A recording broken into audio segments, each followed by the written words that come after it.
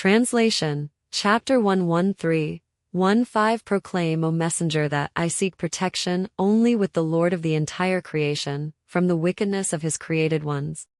and from the darkness of evil when it has overspread and become prevalent, and from the evil of the secret vicious allegiances being agreed upon, and from the evil of the jealous ones when they are bent on jealousy,